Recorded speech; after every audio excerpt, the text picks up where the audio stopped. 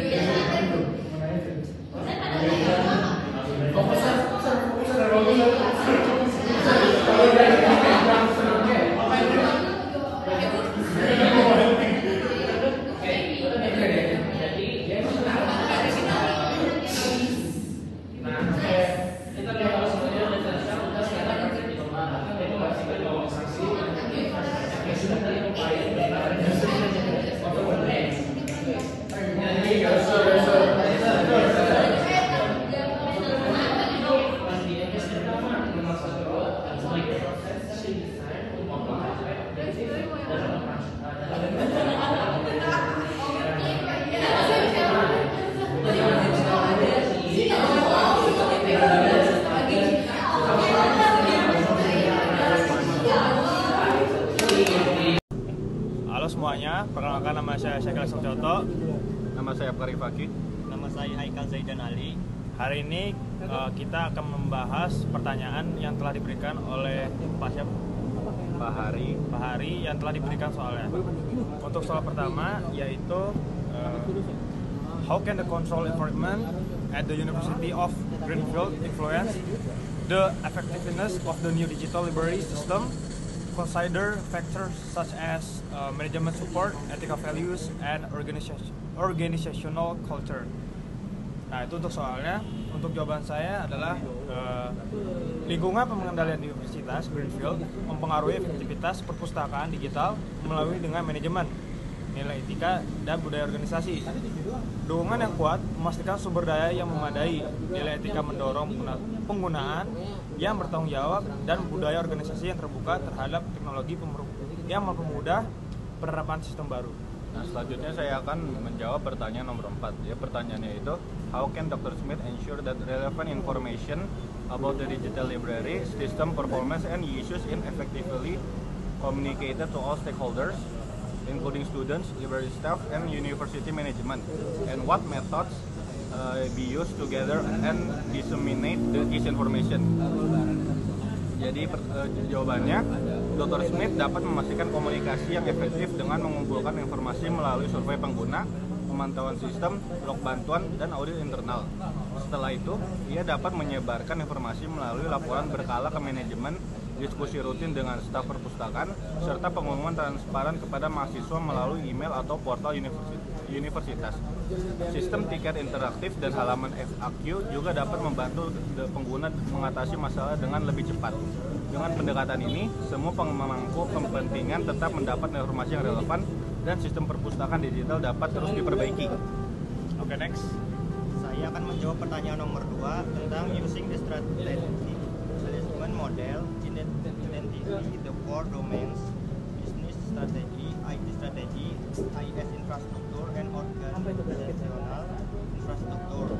Flagship needs to provide examples of potential misalignment in each domains. Jawabannya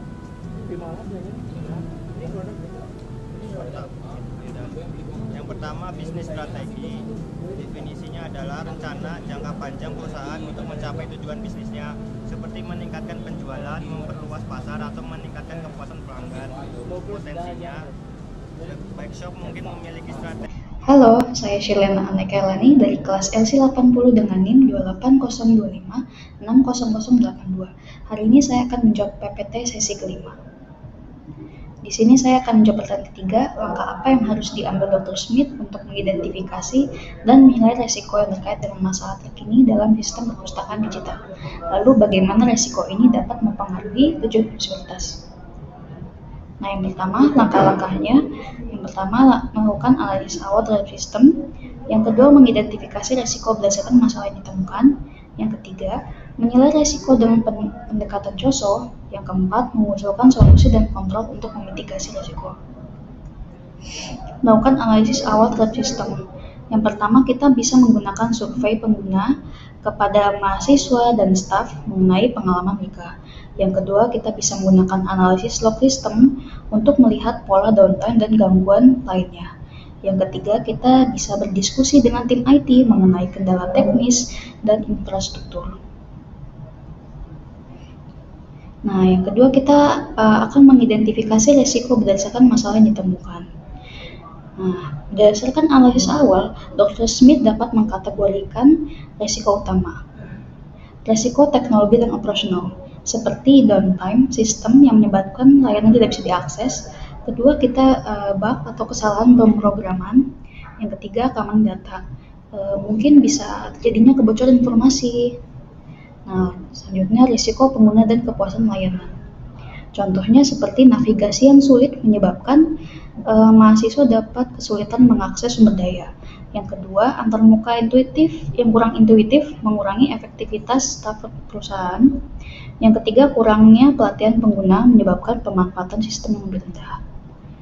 Terus ada risiko keuangan dan organisasi, contohnya biaya pemeliharaan yang tinggi karena perbaikan sistem yang berulang, terus juga kurang investasi dalam infrastruktur IT, menyebabkan kegagalan sistem di masa depan.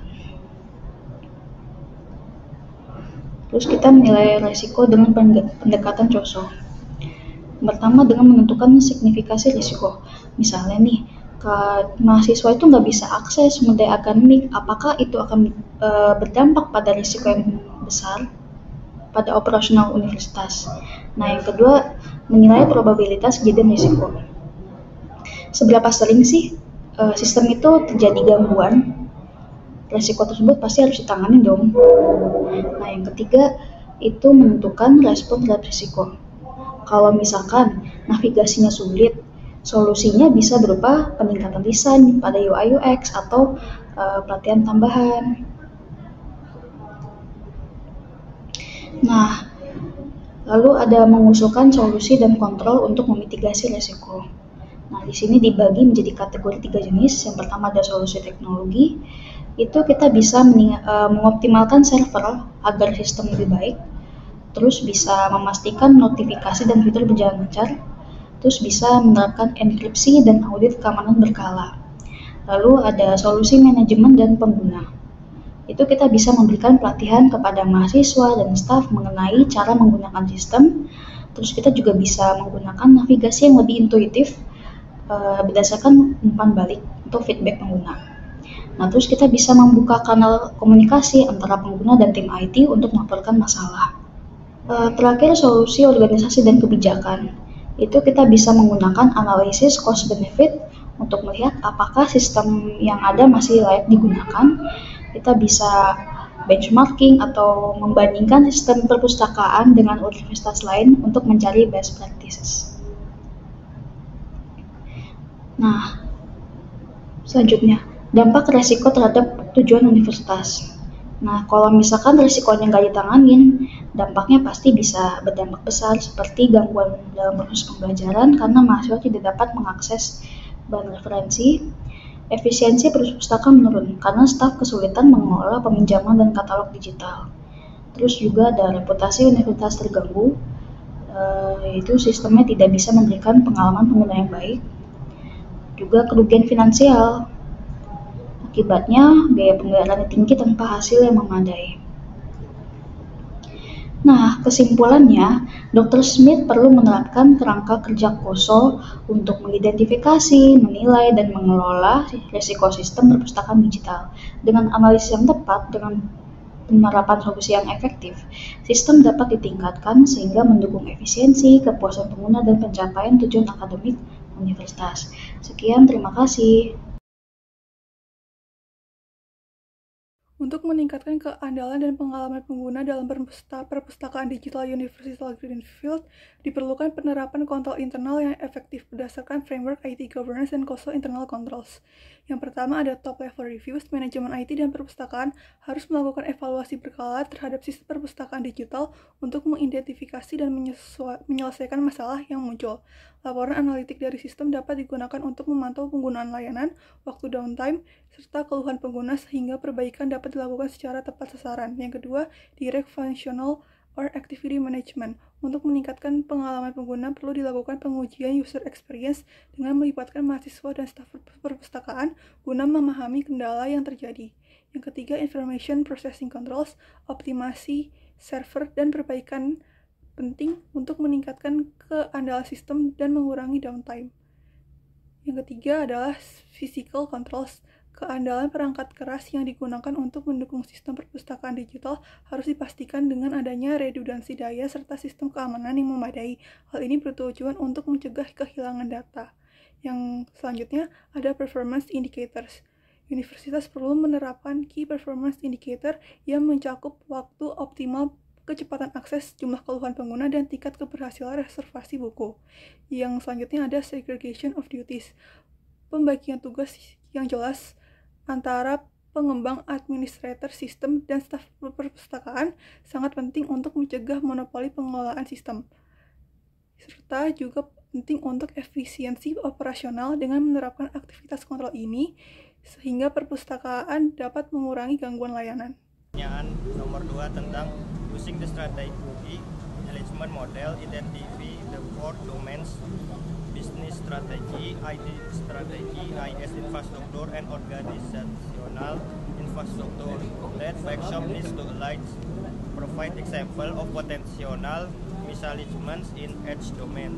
Jawabannya, bisnis strategi adalah rencana jangka panjang perusahaan untuk mencapai tujuan bisnisnya, seperti meningkatkan penjualan, memperluas pasar, atau meningkatkan kepuasan pelanggan. Potensinya, bike shop mungkin memiliki strategi bisnis untuk meningkatkan personalisasi pengalaman pelanggan dan pemasaran yang ditargetkan. Tetapi platform e-commerce yang diimplementasikan oleh IT tidak mendukung strategi ini. Misalnya, platform mungkin tidak memiliki fitur yang memungkinkan analisis perilaku pelanggan atau integrasi dengan alat pemasaran digital. Hal ini menyebabkan strategi bisnis tidak tercapai dengan optimal. Yang kedua, IT strategi adalah rencana yang mengarahkan bagaimana teknologi informasi akan digunakan untuk mendukung dan mencapai tujuan bisnis. Potensinya, bike shop mungkin fokus pada aspek teknis seperti skalabilitas, keamanan, dan integrasi sistem, tapi kurang memperhatikan kebutuhan bisnis seperti personalisasi pelanggan atau integrasi dengan sistem inventaris.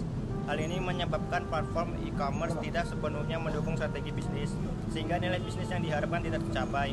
Yang ketiga, IS infrastruktur. IS infrastruktur adalah sistem informasi mencakup hardware, software, jaringan, dan sumber daya IT lainnya yang mendukung operasi bisnis. Potensinya, platform e-commerce bike shop mungkin tidak terintegrasi dengan baik dengan sistem manajemen inventaris, menyebabkan masalah dalam ketersediaan produk dan pemenuhan pesanan. Misalnya, pelanggan mungkin melihat produk yang tersedia di situs web, tetapi sebenarnya produk tersebut sudah habis di gudang. Hal ini dapat menyebabkan ketidakpuasan pelanggan dan penurunan penjualan.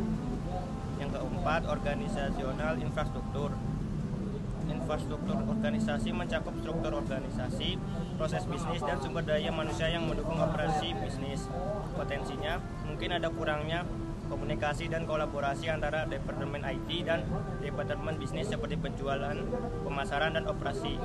Misalnya, tim IT mungkin tidak sepenuhnya memahami kebutuhan pemasaran untuk personalisasi pelanggan, sementara tim pemasaran mungkin tidak memahami batasan teknisi yang dihadapi oleh IT.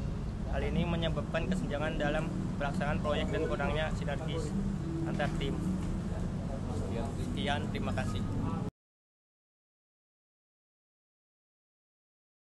Penyelarasan IT bisnis memainkan peran krusial dalam kesuksesan platform e-commerce by Shop. Kasus ini menunjukkan bagaimana fokus yang terlalu berat pada aspek teknis tanpa mempertimbangkan kebutuhan bisnis dan pelanggan secara menyeluruh dapat mengakibatkan kinerja yang tidak optimal meskipun departemen IT berhasil mengimplementasikan platform dengan fitur teknis yang mumpuni seperti skalabilitas dan keamanan, namun kegagalan dalam menyelaraskan dengan kebutuhan bisnis menyebabkan penjualan. Dampak ketidakselarasan ini terlihat dalam berbagai aspek operasional perusahaan. Dari sisi pengalaman, pelanggan, platform mungkin tidak cukup untuk user-friendly dan belum mengakomodasi preferensi target market. Secara operasional, integrasi sistem yang baik secara teknis belum tentu mendukung proses bisnis yang efisien, sementara dari sisi pemasaran, platform mungkin memiliki keterbatasan dalam mendukung strategi digital dan program loyalitas. Untuk mengatasi tantangan ini, menurut saya, Bike Shop perlu mengimplementasikan beberapa solusi strategis, pembentukan komite pengarah IT bisnis, dan peningkatan komunitas antar departemen menjadi langkah awal yang penting. Evaluasi dan penyesuaian platform berdasarkan feedback pelanggan juga diperlukan untuk mengoptimalkan user-friendly atau user experience. Jika ketidakselarasan ini tidak diatasi, perusahaan beresiko kehilangan pangsa pasar, mengalami penurunan loyalitas pelanggan, dan menghadapi hambatan dalam transformasi digital. Langkah konkret yang dapat diambil meliputi audit menyeluruh terhadap kesenjangan antara kapabilitas platform dan kebutuhan bisnis, pembentukan tim lintas fungsi untuk monitoring dan evaluasi kinerja, serta pengembangan framework tata kelola IT yang komprehensif. Dengan implementasi yang tepat, penyelarasan IT dapat membantu Bike Shop meningkatkan efektivitas investasi teknologi, mempercepat pengembangan fitur baru, meningkatkan kepuasan pelanggan dan akhirnya memperkuat posisi kompetitif perusahaan di pasar.